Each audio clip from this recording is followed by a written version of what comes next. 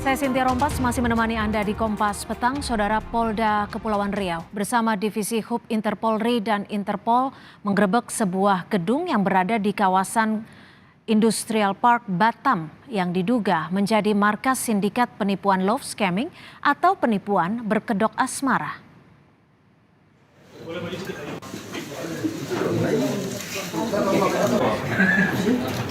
Gedung yang berada di kawasan Kara Industrial Park ini diduga jadi lokasi server judi online dan love scamming.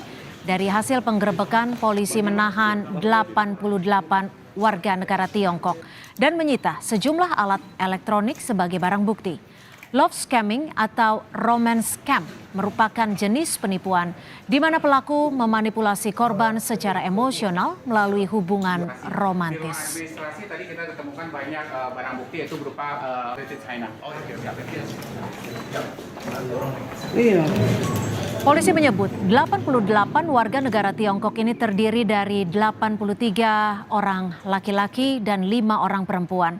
Polisi menambahkan modus yang dilakukan yaitu dengan mengirimkan video porno maupun video love scamming untuk memeras korbannya.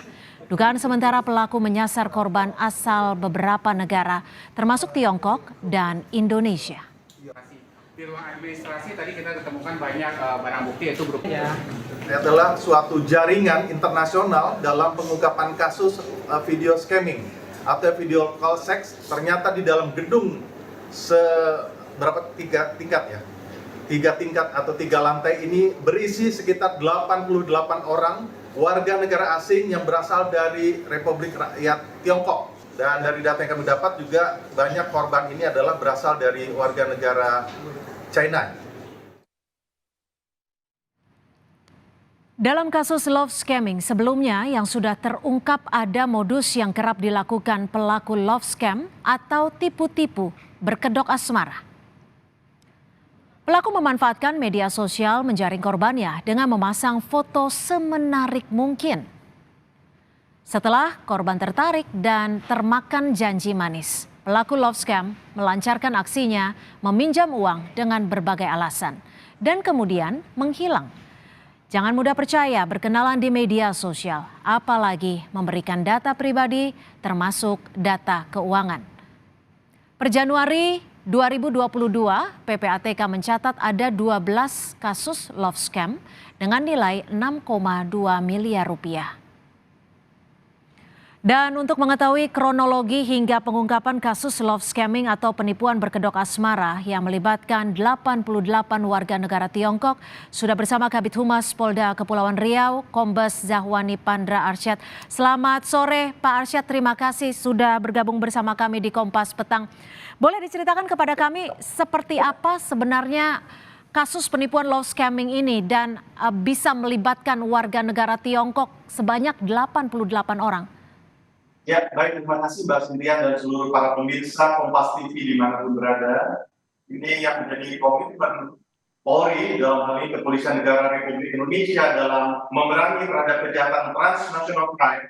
Salah satunya bagaimana kita melakukan joint operation atau joint investigation. Hal ini selaras dengan apa yang saat ini telah dilakukan pertemuan para pejabat tinggi setiap menteri, AMNTC, yaitu adalah ASEAN Ministerial Meeting Transnational Crime yang berlangsung di Labuan Bajo, Nusa Tenggara Timur, di mana Kapolri Jenderal Polisi Dr. Andes Listio Sigit Prabowo sangat komitmen terhadap kejahatan transnational crime, dan ini adalah hasil kerjasama dari Sekretariat NCB Interpol Divisi Hubungan Internasional Polri bersama dengan Kepolisian Republik Rakyat Tiongkok atau kita sebut dengan MPS, Ministry People of Security of China. Dan ini dapat kita dapatkan data-data bahwa adanya suatu transaksi, suatu komunikasi yang dilakukan secara berkesinambungan dari mulai tahun 2023 di awal 2023 sampai saat ini, dan data tersebut yang kita lakukan proses penyelidikan.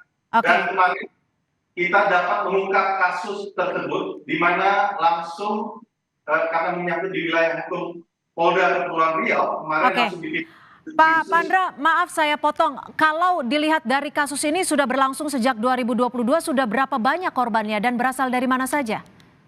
Ya, dari 2023 ya. Jadi 2023. 2023 dari hasil komunikasi kami itu lebih banyak adalah karena memang ke-88 pelaku ini adalah asli warga negara asing yang berasal dari Tiongkok atau dari China. Tidak bisa berbahasa Indonesia sehingga yang menjadikan korbannya adalah warga masyarakat atau warga negaranya sendiri yang dari China. Dan ini selalu dia melakukan ada yang berfungsi berperan sebagai membuka suatu jaringan komunikasi, kemudian nanti setelah ada yang sudut korban, baru ada yang dapat pemerasan. Ya, artinya target korbannya adalah warga negara Tiongkok yang berada di Indonesia atau yang berada di Tiongkok?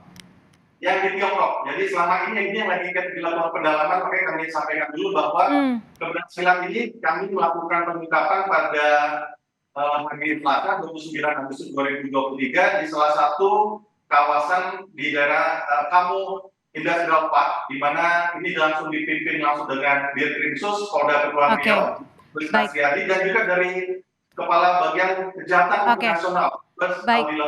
Singkat saja Pak Pandra, sudah adakah informasi terkait ada atau tidaknya korban berasal dari warga negara Indonesia? Singkat saja. Ini ya dari data yang kami dapat tentunya ini perlu pendalaman atau namanya penyelidikan secara mendalam, karena kami juga melibatkan dari kepolisian China. Saat ini sedang didalami dan sebentar lagi kami akan melakukan konferensi pers bersama SES Indonesia di Tugas Polri, yaitu Bapak Brigjen Chandra, nanti kita lakukan bersama Kapolda Kepri. Itu Mbak, sementara yang saya kami. Baik, terima kasih Kabid Humas Polda Kepulauan Riau, Kombes Zahwani Pandra Asyad sudah bergabung bersama kami di Kompas Petang. Selamat sore, Pak Pandra.